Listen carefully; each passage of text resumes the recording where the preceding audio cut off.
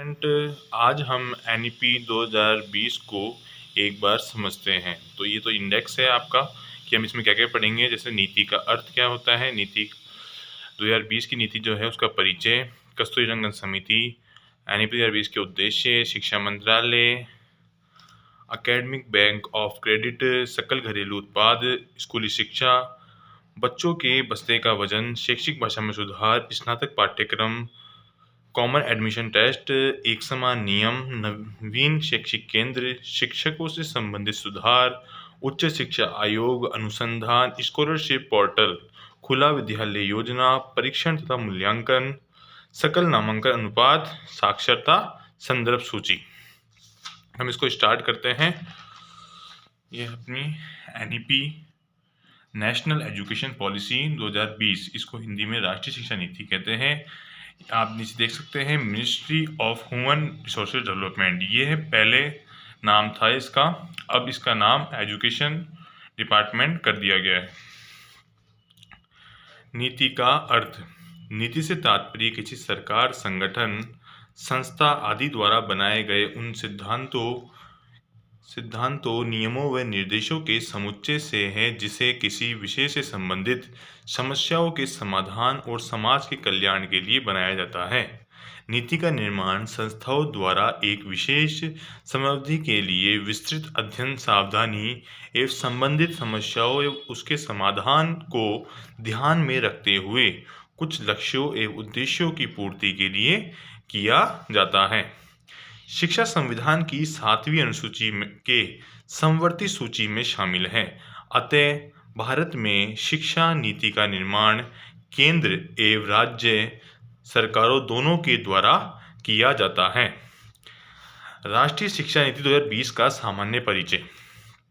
प्रधानमंत्री नरेंद्र मोदी जी की अध्यक्षता में मंत्रिमंडल द्वारा राष्ट्रीय शिक्षा नीति 2020 को 29 जुलाई 2020 को मंजूरी मिली।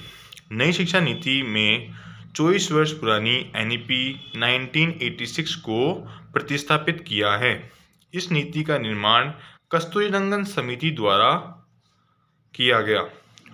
वर्ष 1968 और 1986 के बाद यह भारत की तीसरी शिक्षा नीति है। मैं आपको बता दूं कि वर्ष 1968 की फर्स्ट नीति थी और 1986 की सेकेंड नीति थी। 1986 की नीति में संशोधन किया गया था एक बार, जो 1992 में किया गया था, और थर्ड नंबर की नीति अपनी 2020 की नीति है। इसे सर्वप्रथम कर्नाटक में लागू किया गया। 2020 की नीति को सर्वप्रथम कर्नाटक में लागू किया गया था। आप ये देख सकते हैं, ये डॉक्टर के कस्तूरीरंगन जी की फोटो है। स्टार्ट करते हैं। कस्तूरीरंगन समिति अध्यक्ष सुप्रसिद्ध वैज्ञानिक, पूर्व इसरो प्रमुख, पद्म विभूषण डॉक्टर के कस्तूरीरंगन।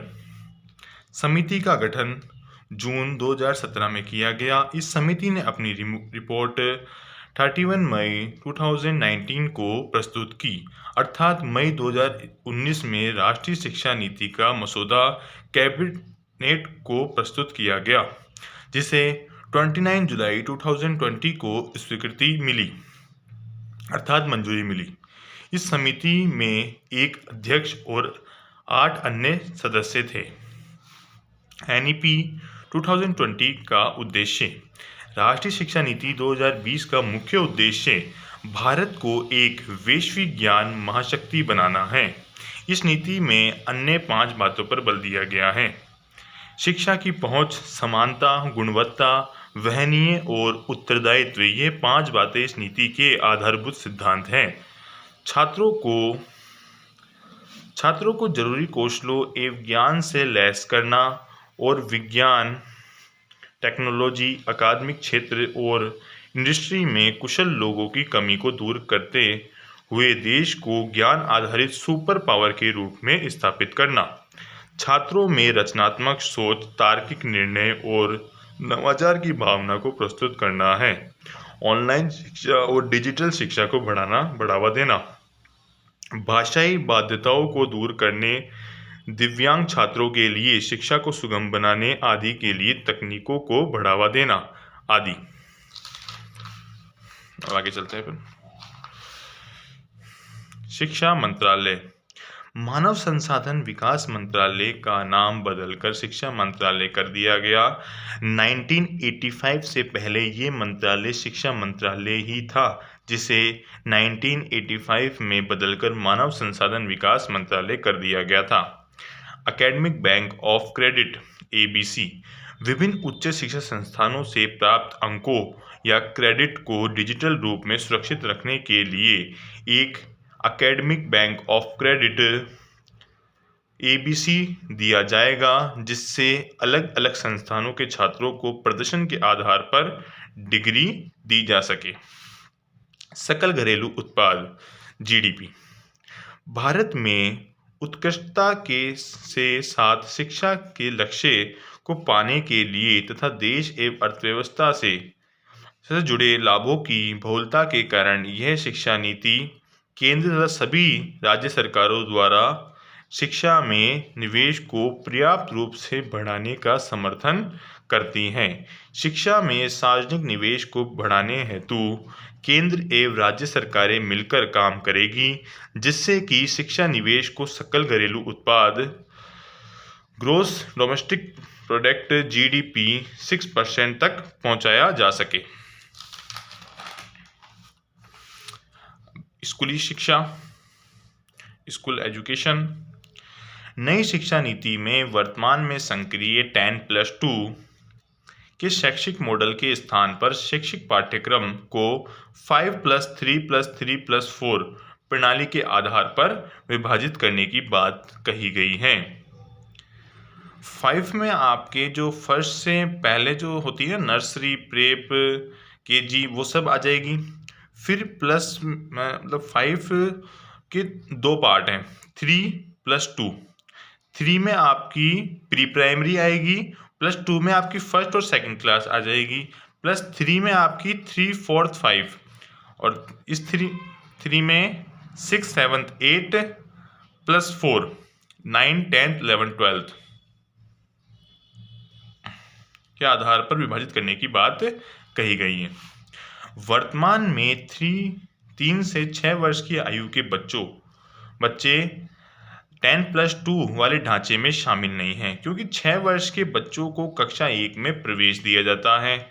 लेकिन नई नीति के अनुसार अब 3 वर्ष से ही शिक्षा ECCE early childhood care and education द्वारा प्रारंभ प्री प्राइमरी अथवा आंगनबाड़ी के माध्यम से संचालित होगी। पहले जहां कक्षा 11 से विषय चुने जाते थे, अब कक्षा क्लास 9 से ही विषय चुनने की आज़ादी रहेगी। क्लास 9 से 12 की पढ़ाई में किसी विषय के प्रति गहरी समझ तथा बच्चों की विश्लेषणात्मक क्षमता को बढ़ाकर जीवन में बड़े लक्ष्य निर्धारित करने के लिए प्रेरित किया जाएगा। 10th 12वीं बोर्ड परीक्षा में बदलाव कर अब वर्ष में 2 बार सेमेस्टर प्रणाली द्वारा ऑब्जेक्टिव MCQ और सब्जेक्टिव अर्थात निबंधात्मक प्रश्न में परीक्षा आयोजित की जाएगी। मिड डे मील के साथ नाश्ता दिया जाएगा, ये और बेनिफिट है। बच्चों के बस्ते का वजन, जो स्टूडेंट्स बैग लेके आते हैं उनका वेट फिक्स रहेगा कि किस क्लास के स्टूडेंट्स को कितना वेट लेके आना है। क्लास फर्स्ट से सेकंड तक आप देख सकते हैं 1.6 से 2.2 किलो, क्लास 3, 4, 5 1.7 से 2.5 किलो, क्लास 6 से 7 2 से 3 किलो, क्लास 8 में 2.5 से 4 किलो, क्लास 9, 10th में 2.5 से 4.5 किलो, क्लास 11th 12th में 3.5 से 5 किलो। प्री प्राइमरी के लिए बस्ता अनिवार्य नहीं होगा, छोटे बच्चों के लिए बैग अलाउ नहीं है। 1 से 10 क्लास तक का बस्ता विद्यार्थी के वजन का 10% से ज़्यादा नहीं होना चाहिए। स्कूल में बस्ते का वजन जांचने के लिए डिजिटल मशीन लगाना अनिवार्य होगा। स्कूलों को मिड डे मील पेयजल एवं बुक बैंक भी रखना होगा, जिससे बस्ते का वजन कम हो। शैक्षिक भाषा में सुधार। इस नीति में भारतीय भाषाओं में पढ़ने के महत्व को रेखांकित किया गया है। इसमें 3 भाषा फॉर्मूला यानी कि हिंदी, अंग्रेजी और स्थानीय भाषाओं में पढ़ाई करवाई जाएगी। क्लास 5 तक की पढ़ाई मातृभाषा, स्थानीय या क्षेत्रीय भाषा में करवाई जाएगी, जिससे अंग्रेजी भाषा की अनिवार्यता मैकाले पद्धति समाप्त होगी। स्कूली और उच्च शिक्षा में छात्रों के लिए संस्कृत और अन्य प्राचीन भारतीय भाषाओं का विकल्प उपलब्ध होगा, परंतु किसी भी छात्र पर भाषा के चुनाव को थोपा नहीं जाएगा। ई पाठ्यक्रम क्षेत्रीय भाषाओं में विकसित किए जाएंगे। वर्चुअल लैब विकसित की जा रही है और एक राष्ट्रीय शैक्षिक टेक्नोलॉजी फोरम NETE बनाया जा रहा है। भारतीय संकेत भाषा ISL को पूरे देश में मानकीकृत किया जाएगा। क्लास 6 से ही वोकेशनल कोर्स शुरू किए जाएंगे। क्लास 9 से विद्यार्थी को विदेशी भाषाओं में भी सीखने का विकल्प मिलेगा।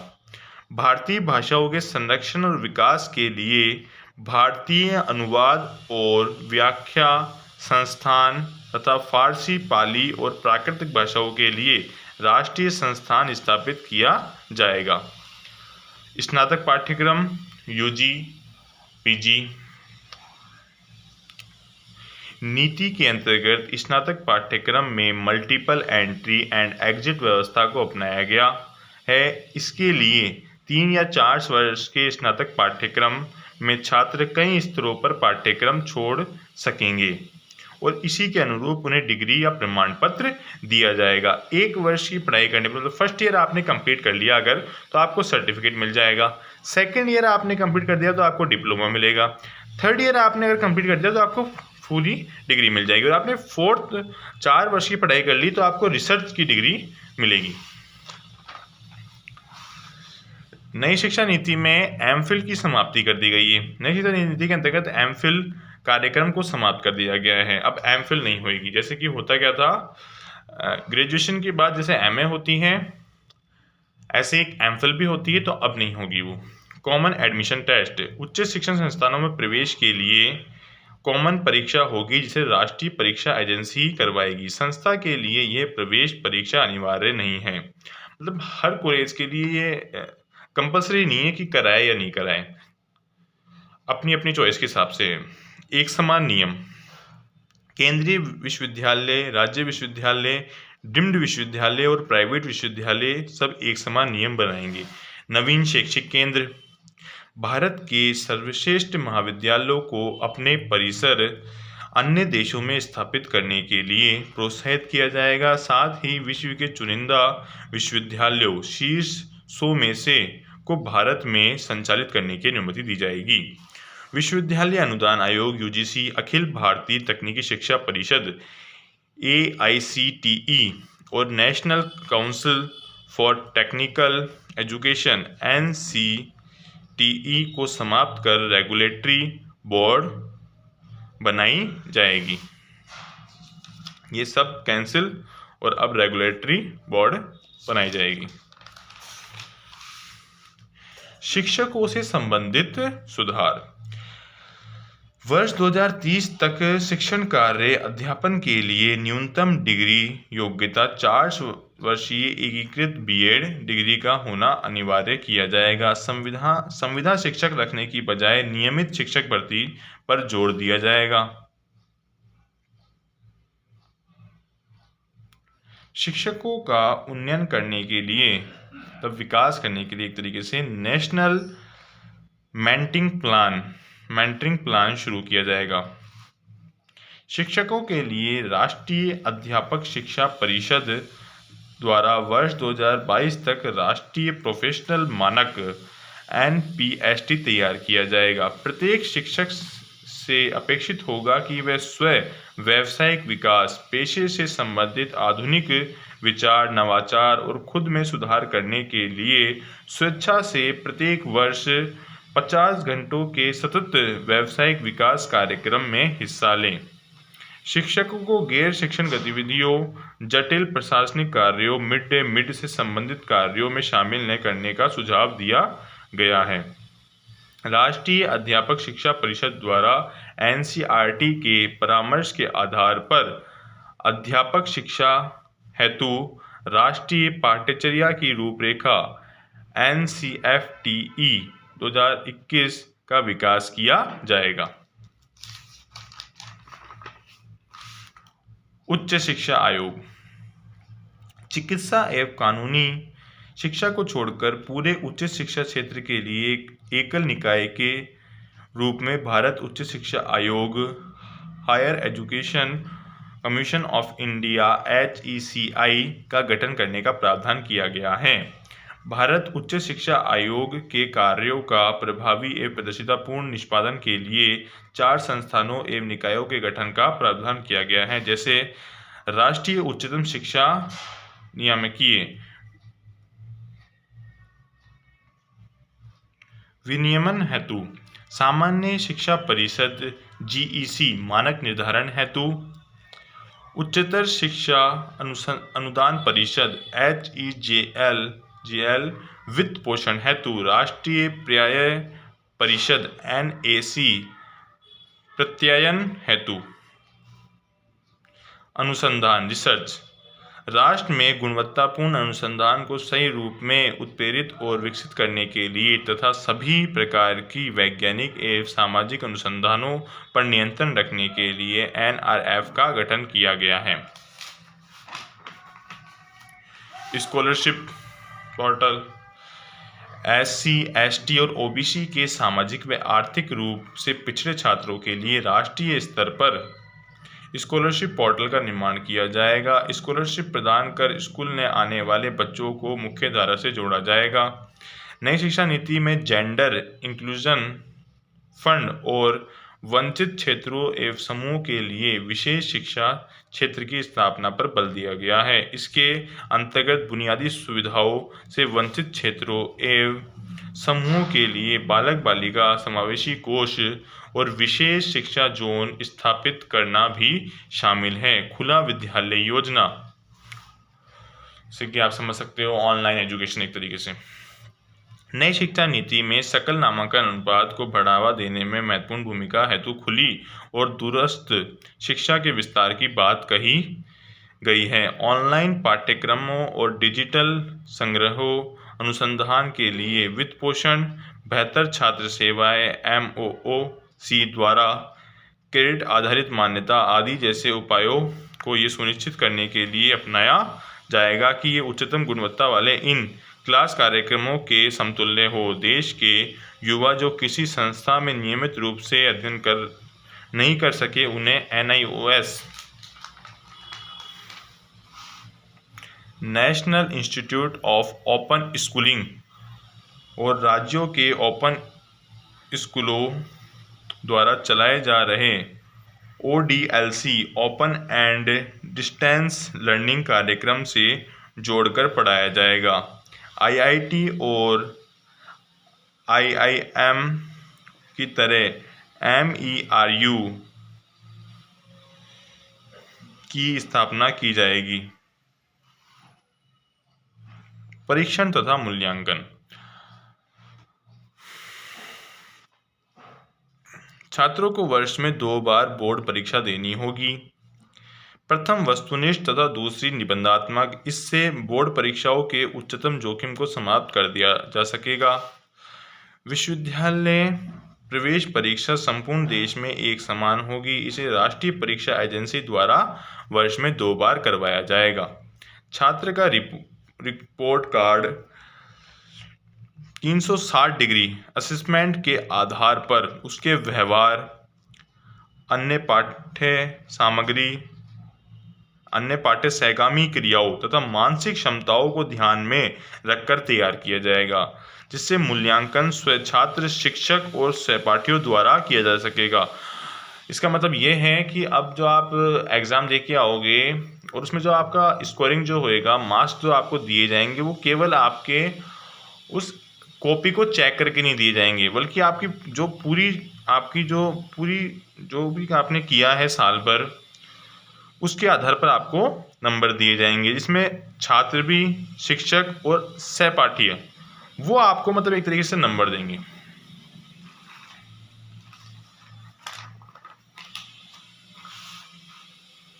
छात्रों की प्रगति के मूल्यांकन के लिए मानक निर्धारक निकाय के रूप में परख नामक एक नए राष्ट्रीय आकलन केंद्र नेशनल असेसमेंट सेंटर NAC की स्थापना किए जाने का प्रावधान है। छात्रों को अपने भविष्य से जुड़े निर्णय लेने में सहायता प्रदान करने हेतु कृत्रिम बुद्धिमत्ता आर्टिफिशियल इंटेलिजेंस AI आधारित सॉफ्टवेयर का प्रयोग किया जाएगा। जैसे कि आपने बहुत बार सुना होगा चैट जीपीटी इसका ही एक पार्ट है। इसके द्वारा लॉन्च किया गया एक ऐप है। सकल नामांकन अनुपात। उच्च शिक्षा में सकल नामांकन अनुपात को वर्ष 2023 तक 50% तक बढ़ाने तथा उच्च शिक्षा में 3.55 करोड़ नई सीटें जोड़ने की बात कही गई है। साक्षरता। प्रौढ़ शिक्षा के लिए सुदृढ़ एवं नवाचारी सरकारी पहल, विशेषकर समुदाय की भागीदारी को सुगम बनाना तथा प्रौद्योगिकी के सुचारू और लाभकारी एकीकरण को शोध अतिशीघ्र लागू किया जाएगा, जिससे कि वर्ष 2030 तक 100% साक्षरता के लक्ष्य को प्राप्त किया जा सके। Thank you.